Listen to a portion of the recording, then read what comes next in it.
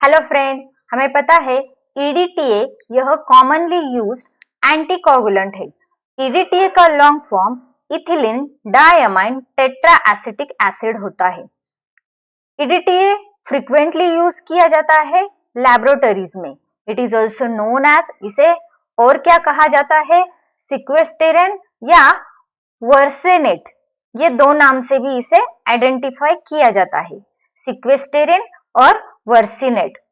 It is an amino carboxylic acid, ये amino carboxylic acid होता है एंड कलरलेस सॉल्यूशन है।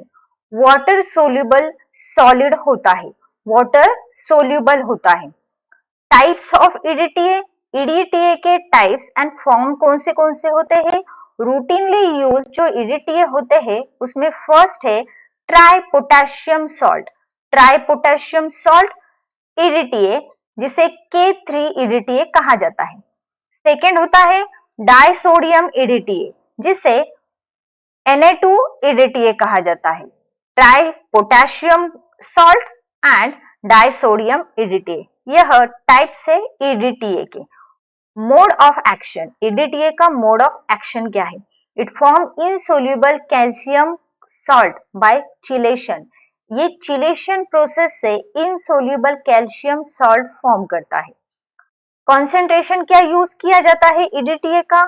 0.5 to 2.0 मिलीग्राम EDTA पर ml, हर ml के पीछे 0.5 to 2.0 मिलीग्राम EDTA यूज किया जाता है for blood. Blood will preserve blood excellently for at least 6 hour, इसमें ब्लड 6 आवर्स के लिए प्रिजर्व किया जाता है। देन EDTA या ethylene diamine tetra acetic acid के एडवांटेजेस क्या होते हैं? Making a blood smear, blood smear form करने के लिए या प्रिपरेशन करने के लिए EDTA यूज किया जाता है। किस लिए ब्लड स्मेयर किया जाता है?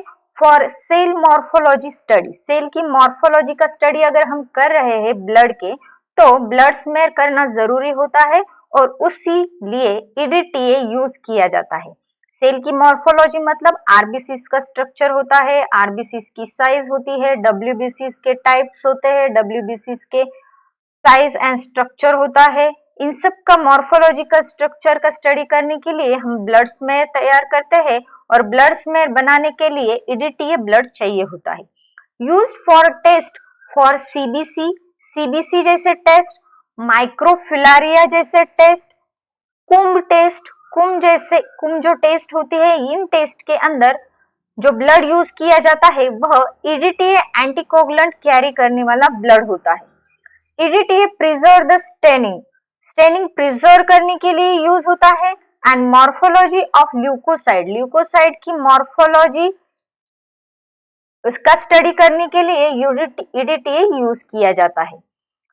EDTA के डिसएडवांटेजेस भी होते हैं। एक्सेसिव कॉन्सेंट्रेशन ऑफ EDTA अगर हम यूज कर रहे हैं will cause shrinkage of RBCs, RBCs का श्रिंकेज होता है, मतलब उसकी जो नेचुरल साइज होती है वह कम हो जाती है, श्रिंक होता है। एंड इरोनियस पीसीवी एररनेस आता है, उसमें एरर होता है, MCV में एरर होता है, MCHC में भी एरर होता है। Packed cell volume, mean corpuscular volume, mean corpuscular haemoglobin concentration, ये सभी टेस्ट एरर फॉर्म करते हैं, मतलब नॉर्मल नहीं आते हैं। EDTA interfere with blood chemistry test as follows.